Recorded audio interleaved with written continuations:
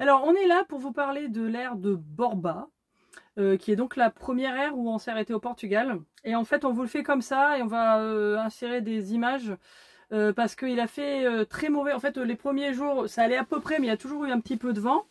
Et puis on attendait en se disant, bon, de toute façon, on va rester un peu plus, on vous fera la vidéo après. Et après, non seulement ça a continué, mais c'est devenu apocalyptique, où les deux derniers jours, on a eu que de la pluie et du vent, et donc c'était quasiment impossible de filmer. À part le jour où on est parti, mais le jour où on est parti, il faisait beaucoup plus beau, mais par contre, il y avait encore beaucoup de vent. Ouais. Donc voilà, on vous le fait comme ça, et on espère que ça va être bien quand même, parce que c'était vraiment une aire très très bien. Et on va commencer par dire qu'elle était... gratuite. Voilà. Gratuit, c'était presque parfait en réalité parce que, on va pas le montrer, mais il avait des douches, des sanitaires, il avait de l'électricité, parce que c'est gratuit avec électricité. Voilà, ça c'est le truc qui est assez extraordinaire. L'eau en chaque... dans chaque, voilà. Alors justement, pour être sûr qu'on n'oublie rien, j'ai le petit téléphone avec ce que j'ai filmé pour qu'on n'oublie pas de vous en parler, de tout ça.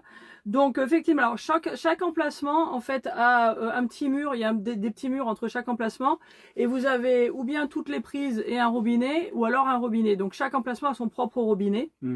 Ce qui est très bien, puisque nous, ce qu'on a fait, du coup, on a re-rempli depuis où vous êtes garé. Voilà, avec le tuyau. En plus, avec vachement de pression. C'était vraiment très très bien.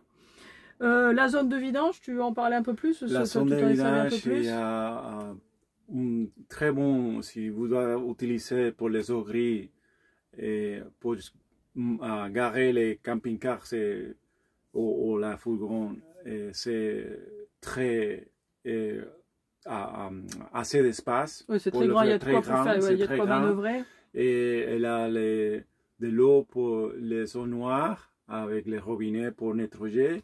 Et aussi, il y a des robinets de chaque côté pour remplir, si vous voulez, si vous n'avez pas les fait dans l'espace. Parce que il y a seulement, je pense, 12 espaces.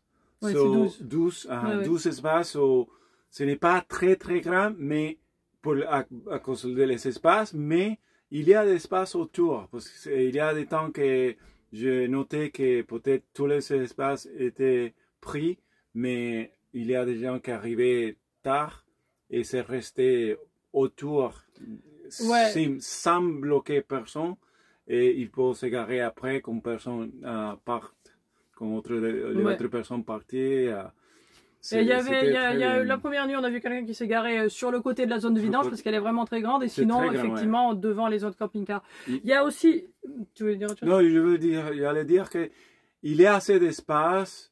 À moi, c'était les mois de janvier, et il y avait assez d'espace pour, même si ces espaces c'était tout pris, pour quelques autres camping-cars se garer autour devant et sans affecter les autres camping-cars. Et il y a tout ce qu'il faut pour les poubelles et le recyclage. Il y a un Wi-Fi qui est génial. C'est certainement un des mieux qu'on a vu. Là, on était vraiment bluffés. Et c'est juste à côté de la piscine. À côté de la piscine municipale. Moi, j'y suis allé et ça coûtait 3 €. À côté d'une piste d'athlétisme. Ah oui, aussi. À côté de la piste d'athlétisme. Et seulement comme, je pense, moins de 500 mètres de la ville. De l'office de tourisme. Ouais, c'est juste, c'est à même pas 5 minutes. Des restaurants, il y a un petit supermarché. Enfin, c'est vraiment très très pratique. Alors, le seul truc, c'est que normalement, c'est limité qu'à 72 heures. Alors, très franchement, nous, on a un petit peu triché, et je pense qu'il y a une ou deux personnes qui ont fait pareil, mais c'était surtout à cause du temps. Oui, les temps. Parce qu'il faisait vraiment, c'était surtout pour la région, c'était vraiment apocalyptique. Donc, il y a pas mal de gens là, le dimanche, personne n'est sorti, quoi. Ça a été. Enfin bon. Et pour conduire ces conditions, on voulait essayer d'éviter. Mais du coup, bon, normalement, c'est limité à 72 heures, il faut le savoir. Et ça fait partie d'un réseau. D'ailleurs, je vous mettrai le lien du réseau dans la description. Ça s'appelle Outdoor Routes, je crois. Et en fait, il y a plusieurs aires comme ça qui sont ou gratuites ou pas chères du tout dans la région où ça se trouve, qui est Alentejo, du Portugal, qui est connu, vous l'avez peut-être vu dans notre dernière vidéo, pour le vin, et la ville de Borba qui est pleine de marbre rose.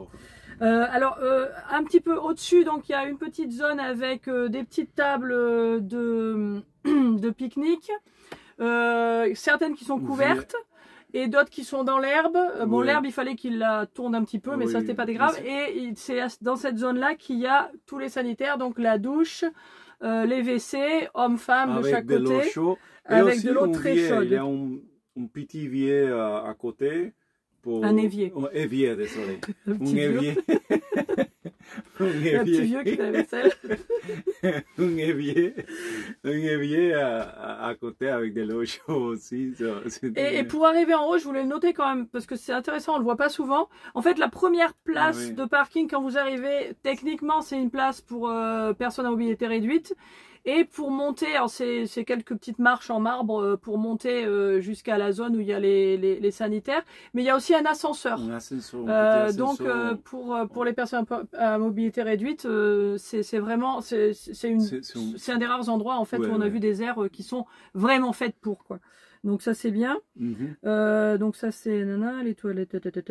Alors ce que je voulais noter aussi, c'est que il avait donc beaucoup plu. Et je voulais quand même le montrer parce qu'on avait un peu peur que ça devienne boueux et tout ça. Et en fait, c'est vraiment très stabilisé. C'est du dur. C'est dur, c'est assez plat. C'est plat. Bien qu'il y avait des gens qui utilisaient les cales. J'ai noté qu'il y avait des gens qui utilisaient le cale. On les trouvait assez plats. En comparaison à d'autres endroits. Nous, c'est peut-être aussi qu'on est un peu plus habitués. Mais franchement, notre emplacement, en tout cas, était bien. Et puis bon, ça avait l'air, peut-être sur la fin, c'était peut-être un petit peu en pente. Mais en tout cas...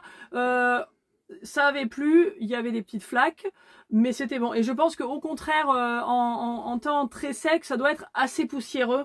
Parce que c'est des espèces de grains, c'est du sable, et puis ça doit être des restes de marbre et de machin. Toute la région, donc c'est assez poussiéreux quand même. Toute la région, c'est comme une carrière. Une carrière. Une carrière de marbre, toute la région. Voilà. Très intéressant. Alors, du point de vue de le temps qu'on a passé, c'était très calme. Le matin, il y a un champ juste à côté de là où on était, où il y a des petits moutons qui arrivent sur le coup des 10 heures. Je sais pas, c'était comme leur récré, parce qu'ils restaient une demi-heure, et puis après ils repartaient, ils disparaissaient. On savait jamais d'où ils venaient. Mais on entendait les cloches le matin, c'est cool. Et puis après, ils partaient. C'est autour des régions de la municipalité. C'est la piscine, la ville, la piscine. Il y a aussi une école pas très loin, juste à côté, la piste d'athlétisme et le stade de foot. Et de temps en temps, en la nuit, pas tard en la nuit, vous entendez les gens qui jouent la foot, ils font des exercices. Et durant des journées, peut-être de temps en temps, vous entendez l'école. Non, sinon c'est super calme et la nuit c'était vraiment très calme. C'était vraiment bien, les emplacements étaient vastes. Nous on avait mis le haut vent, il a fallu qu'on le ferme après parce qu'il y avait du vent, mais sinon on l'avait mis un petit peu. Et c'est vraiment des emplacements qui sont très grands. Donc voilà, je crois que c'était tout ce qu'on voulait dire. La piscine, moi j'ai bien aimé, les gens étaient très sympas tout autour. Et franchement, alors pour vous dire, Borba c'est du côté est donc du Portugal. Vous passez la frontière espagnole en Extrémadure. Et donc c'est à l'est, à peu près au milieu, un petit peu milieu bas quoi, si tu veux, c'est quand même vers le sud. Et bon, vraiment une petite ville très sympa. Il y avait pas mal d'autres choses à visiter qu'on n'a pas fait. Oui, on n'a pas fait. Il y a Borba, il y a Viçosa. Et ça, ce n'est pas très loin vous pouvez le faire aussi, peut-être même à vélo, mais on ne sait pas, on ne savait pas comment il pleuvait beaucoup, on ne savait pas exactement si c'est des chemins ou la rue, on ne savait pas comment le faire, mais c'est assez près parce qu'on visitait, on continuait, on avait visité un petit peu de Villa Viçosa, et c'est très joli aussi, un château de marbre, super. Donc c'était vraiment bien, je pense qu'on vous a tout dit. Si jamais on se rend compte qu'on a oublié quelque chose, ben on vous le mettra en texte. Mais bon, vraiment une bonne découverte. Là, franchement, la première impression du Portugal, vraiment très chouette. Et même avec le mauvais temps, Bon, il y a eu des petites accalmies, la petite ville est vraiment sympa, il y a un petit parc où on a pu faire du sport et tout. Oui, oui, c'est vraiment très très bien et donc on le recommande surtout à ce prix, il faut le dire. C'est quand même rare, il faut dire que là quand même les Portugais ils font bien les choses. Ouais.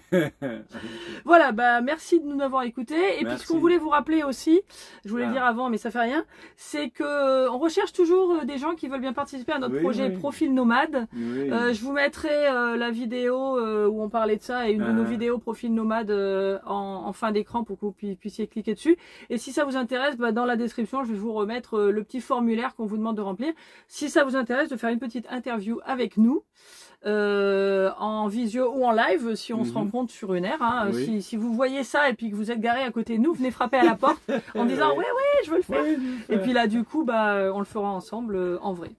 Voilà, ben, on vous souhaite une bonne continuation, puis à bientôt. Bientôt. Voilà. Ciao. Ciao, bisous.